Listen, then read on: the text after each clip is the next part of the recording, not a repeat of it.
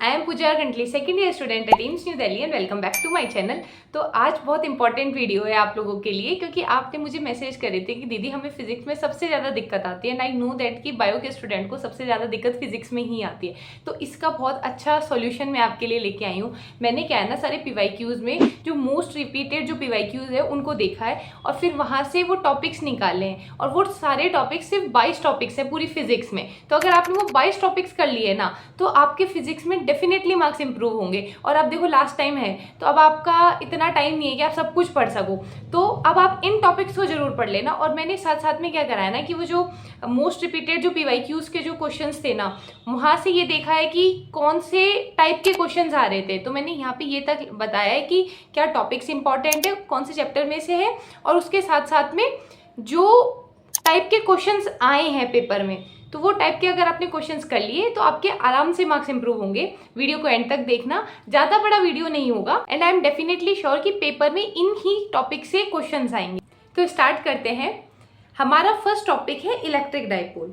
Electric dipole से past 6 years में 9 questions आ रखे हैं, मतलब कि एक पेपर में 2 क्वेश्चंस एटलीस्ट आए हुए हैं। मतलब डाइपोल इतना ज़्यादा इंपॉर्टेंट है। इलेक्ट्रोस्टेट के अंदर ये टॉपिक आएगा, और इसमें किस टाइप के क्वेश्चन आए हैं तो मेनली डाइपोल मूवमेंट के बारे में पूछा जाता है आपसे। उसके अलावा इलेक्ट्रिक फील्ड और जो पोटेंशियल है वो पूछा जा रहा है due to dipole at theta angle 0 degree पे, 90 डिग्री पे और किसी अदर एंगल पे। तो आपको इस टाइप के क्वेश्चंस करने, ये 2 टाइप के क्वेश्चंस PYQs में मोस्ट रिपीटेड है।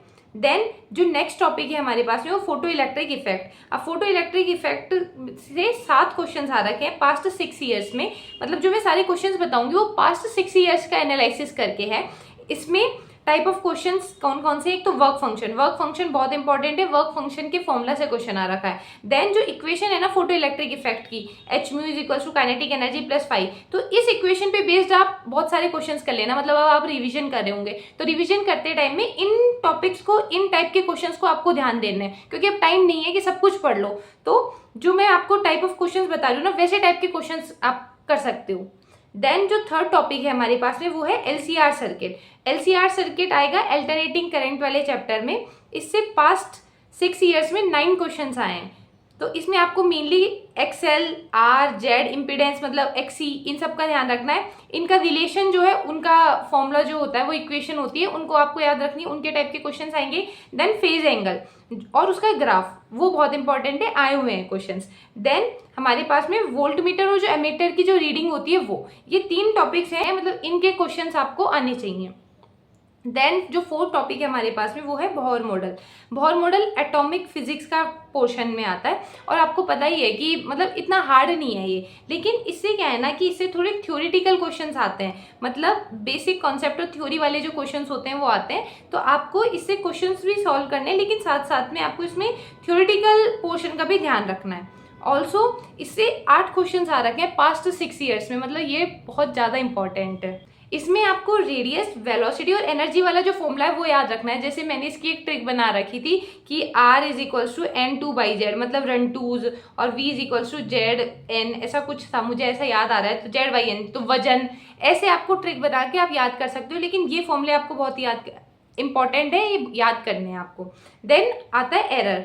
मतलब एरर, यूनिट डायमेंशन मैंने पहले भी बता रखा है कि यूनिट डायमेंशन खुद में बहुत इंपॉर्टेंट है। वहां से जो परसेंटेज एरर वाला जो पोर्शन होता है ना, वो और भी ज्यादा इंपॉर्टेंट है। मतलब पता है क्वेश्चंस क्या रखे हुए हैं PYQs में, फोर्स फाइंड करनी है, आपको मास दे दिया, अब मास का परसेंटेज एरर भी साथ में दे दिया है कि जैसे 3 + 0.2 दे दिया, और A इज इक्वल टू 4 + 0.1, ऐसे टाइप के कुछ क्वेश्चंस, और आपसे फोर्स का पूछा है। तो मतलब आपको परसेंटेज एरर और एब्सोल्यूट एरर, ये 2 टॉपिक्स हैं एरर में, वो ज्यादा इंपॉर्टेंट है। तो इन टाइप के क्वेश्चंस आप कर लो। देन कैपेसिटर का जो कॉम्बिनेशंस है ना, जो कैपेसिटर्स के, वो इंपॉर्टेंट है। मतलब जैसे C इक्विवेलेंट आ गया, पैरेलल में करके और सीरीज में करके C इक्विवेलेंट, लेकिन वो बहुत इजी नहीं आएंगे, थोड़े कॉम्प्लेक्स आते हैं। तो आपको तो एकदम इजी वाले नहीं देखने हैं, थोड़े कॉम्प्लेक्स वाले जो सर्किट्स होते हैं उनको देखना है। और उसके अलावा जो चार्जेस और जो वोल्टेज होता है वो कैसे डिवाइड हो रहा है, मतलब सीरीज में चार्ज डिवाइड हो रहा है कि वोल्टेज डिवाइड हो रहा है, वो टाइप के जो क्वेश्चंस है वो आएंगे। एक चीज और, जो कैपेसिटर वाला है उसमें मैं आगे भी बताऊंगी कि जो कैपेसिटर्स के अंदर जो मीडियम होता है वो मीडियम आ जाए, के इक्विवेलेंट पहले और बाद में जब मीडियम आ जाता है वहां पे, तब तो वैसे टाइप के भी क्वेश्चंस आ रखे हैं PYQs में। देन हमारे पास में जो नेक्स्ट टॉपिक आता है वो है मैग्नेटिक मोमेंट एंड डाइपोल। तो डाइपोल, इलेक्ट्रिक डाइपोल भी इंपॉर्टेंट है और मैग्नेटिक डाइपोल भी इंपॉर्टेंट है। तो यहाँ से आपने देखो 7 क्वेश्चंस आ रखे हैं लास्ट 6 ईयर्स में, और जो मैग्नेटिक मोमेंट का जो फॉर्मूला है ना उसके बेस्ड क्वेश्चंस है। मतलब आप फॉर्मूला याद कर लो और आ जाएगा आपको क्वेश्चन। मतलब मैंने आपको पहले भी बताया कि फॉर्मूला बेस्ड क्वेश्चन ज्यादा आते हैं, मतलब फॉर्मूला ही लगता है उसमें, बस थोड़ा सा आप एक्स्ट्रा दिमाग लगा के 2 फॉर्मूले लग जाएंगे या फिर जो गिवन वैल्यू होगी उसमें डाल लो। तो मतलब बहुत ईजी चीजें होती है, बस आपको थोड़ा सा दिमाग लगाना है और ये इंपॉर्टेंट टॉपिक्स कर लोगे ना जो मैंने बताया, और इन टाइप के क्वेश्चंस को कर लोगे जो मैं आपको बता रही हूँ, तो आपका बहुत अच्छा हो जाएगा फिजिक्स में। देन नेक्स्ट टॉपिक हमारे पास में आता है सरफेस टेंशन। सरफेस टेंशन से 5 क्वेश्चन आ रखे हैं और इसमें मेनली जो आया है वो वाटर और जो सोप है उनके रिगार्डिंग आया है कि उनकी सरफेस टेंशन क्या है। जैसे सोप के लिए क्या होता है ना, डबल सरफेस होता है, तो उसकी जो सरफेस टेंशन होती है वो डबल हो जाती है, तो वो वैल्यू आपको याद रखनी है। उसके अलावा energy due to surface tension, मतलब ऐसा होता है ना कि एक बॉल है, एक लार्ज बॉल है, उससे बहुत सारी स्मॉल बॉल्स बन गई, और बहुत सारी स्मॉल बॉल्स है उनसे एक लार्ज बॉल बन गई, तो सरफेस टेंशन क्या होगा। तो ऐसे टाइप के क्वेश्चन आ रखे हैं। देन जो हमारा 8th टॉपिक है वो है केसीएल और केवीएल। तो केसीएल और केवीएल मतलब ज्यादातर स्टूडेंट्स पढ़ते नहीं है, क्योंकि सब है ना इतना ही पता होता है सबको कि ये चार्ज कंजर्वेशन पे बेस्ड है और ये वोल्टेज कंजर्वेशन पे, और सब है ना जो ट्रिक्स के साथ में सर्किट को सॉल्व करते हैं। लेकिन इससे है ना जो बेसिक थ्योरी वाले क्वेश्चन आ जाते हैं, तो एक बार ये टॉपिक पढ़ना इसलिए इंपॉर्टेंट है क्योंकि यहाँ से थ्योरेटिकल क्वेश्चन आ जाता है। आपको जो सर्किट सॉल्व करना है वो तो आप ट्रिक्स के साथ में ही कर सकते हैं, लेकिन आपको थ्योरी पता होनी चाहिए मतलब इसकी थोड़ी सी। देन जो नेक्स्ट टॉपिक है हमारे पास में आइडियल गैस। मतलब पेपर ऐसा हो ही नहीं सकता कि पेपर में PV = NRT वाला फॉर्मूला ना लगे। मतलब ये इतना ज़्यादा इंपॉर्टेंट है ये फॉर्मूला कि हर पेपर में एक ना एक बार तो ये फॉर्मूला लगता ही है। तो ये फॉर्मूला आप एकदम रट लो, इसके टाइप के इतने सारे क्वेश्चंस कर लो ताकि आपको कोई दिक्कत ना हो। और उसके अलावा ग्राफ वाले क्वेश्चंस। Then resistance. अब रेजिस्टेंस का जो कॉम्बिनेशन है वो इंपॉर्टेंट है। जैसे मैंने आपको बताया था कि कैपेसिटर के कॉम्बिनेशन, वैसे ही रेजिस्टेंस का कॉम्बिनेशन।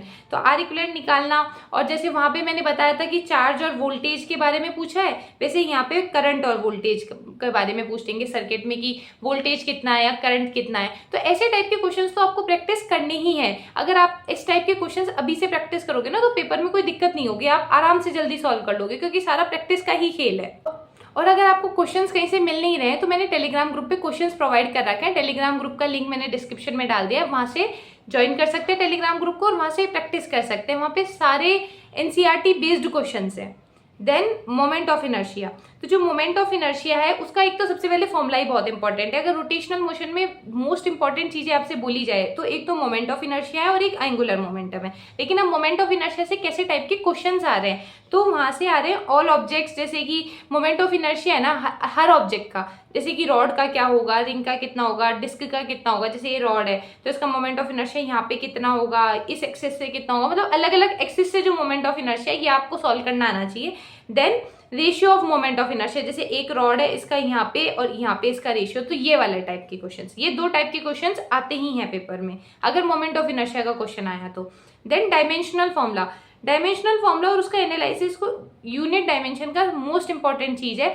आपको हर एक चीज की डायमेंशन पता होनी चाहिए, क्योंकि ऐसा होता है कि पूरी फिजिक्स में किसी की भी आपसे डायमेंशन पूछ लेंगे, तो डायमेंशंस निकालना तो आपको आना ही चाहिए। उसके अलावा fundamental unit changes, then dimensions क्या होगी। जैसे कि नॉर्मली अपन MLT से करते हैं, लेकिन अगर मान लो FVT दे दिया तो फिर डायमेंशन क्या होगी, तो ये भी आपको निकालना आना चाहिए। अब हमारा नेक्स्ट टॉपिक है मोशन अंडर ग्रेविटी। तो काइनेमेटिक्स आपको भी पता है कि बहुत बड़ी टॉपिक है, लेकिन अगर काइनेमेटिक्स आपने नहीं भी पढ़ी है ना तो भी मोशन अंडर ग्रेविटी आपको जरूर करनी चाहिए इस बार। इसमें मेनली आपसे क्वेश्चन ऐसे पूछते हैं कि जैसे एक बॉल है उसको आपने ऊपर फेंका तो कितने हाइट तक ऊपर जाएगी, किस वेलोसिटी से जाएगी, उसका डिस्प्लेसमेंट कितना होगा, वो नीचे आएगी तो किस वेलोसिटी से आएगी वो बॉल। तो इस टाइप के जो क्वेश्चन है ना ये आपको आने चाहिए। और ये सही बताऊं तो ये क्वेश्चन है ना अगर आपने थोड़े ज्यादा प्रैक्टिस कर लिए ना तो आप इसे ज्यादा सोचना नहीं पड़ेगा। इनको टीचर्स ट्रिक के साथ भी सॉल्व कराते हैं, तो आप यूट्यूब पे कोई लेक्चर देख सकते हो, लेकिन इस टाइप के क्वेश्चंस आपको प्रैक्टिस करने हैं। एक क्वेश्चन आ ही जाता है यहाँ से। देन पैरेलल प्लेट कैपेसिटर, जो मैंने आपको बताया था कि कैपेसिटर में 2 ही पोर्शन ज्यादा इंपॉर्टेंट है, एक तो उनका कॉम्बिनेशन और एक साथ साथ में जो पैरेलल प्लेट कैपेसिटर होते हैं उसमें जैसे मीडियम डाल दिया तो के इक्विवेलेंट क्या होगा, ये सब। तो ये बहुत इंपॉर्टेंट है, सी इन मीडियम पूछ लिया जाएगा आप लोगों से। देन उसके बाद में PN जंक्शन डायोड। सेमीकंडक्टर खुद में बहुत इंपॉर्टेंट टॉपिक है। वहां से लॉजिक गेट इंपॉर्टेंट है, पीएन जंक्शन डायोड बहुत इंपॉर्टेंट है। इसमें आपको मेनली डायोड्स में बायसिंग पूछ ली जाती है, forward biasing, backward biasing, reverse biasing.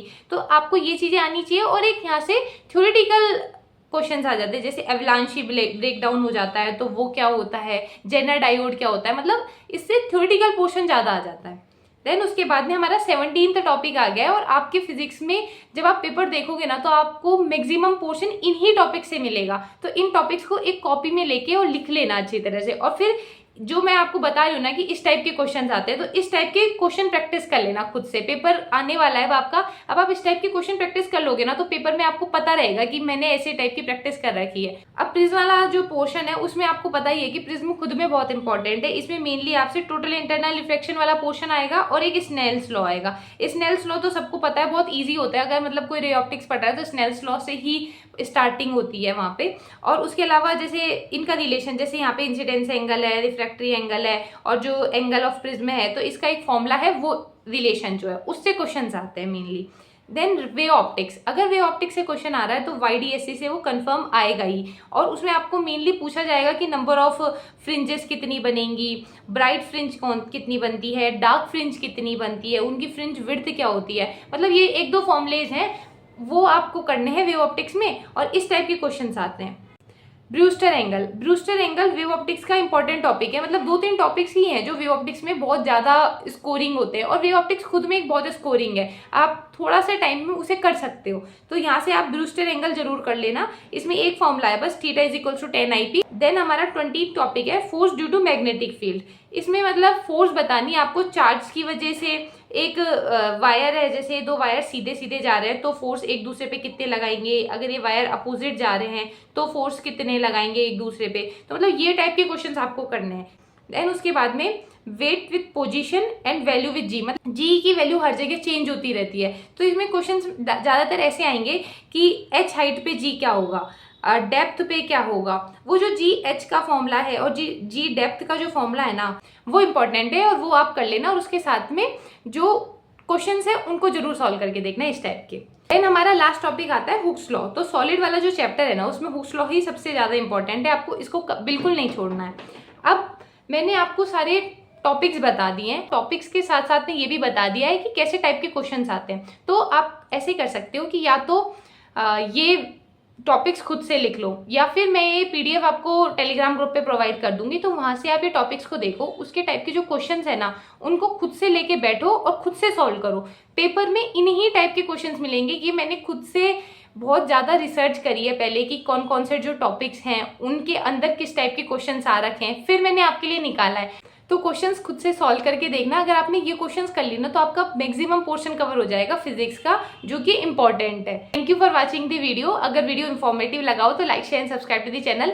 Video को बनाने में बहुत मेहनत लगी है, सो अगर आपको वीडियो अच्छा लगा हो तो सब्सक्राइब कर देना। और मैंने टेलीग्राम ग्रुप का लिंक डिस्क्रिप्शन में डाल दिया है, वहां से आप टेलीग्राम ग्रुप ज्वाइन कर लेना। बाय। और नेक्स्ट वीडियो किस टॉपिक पे चाहिए ये भी आप कमेंट सेक्शन में मुझे बता देना। बाय।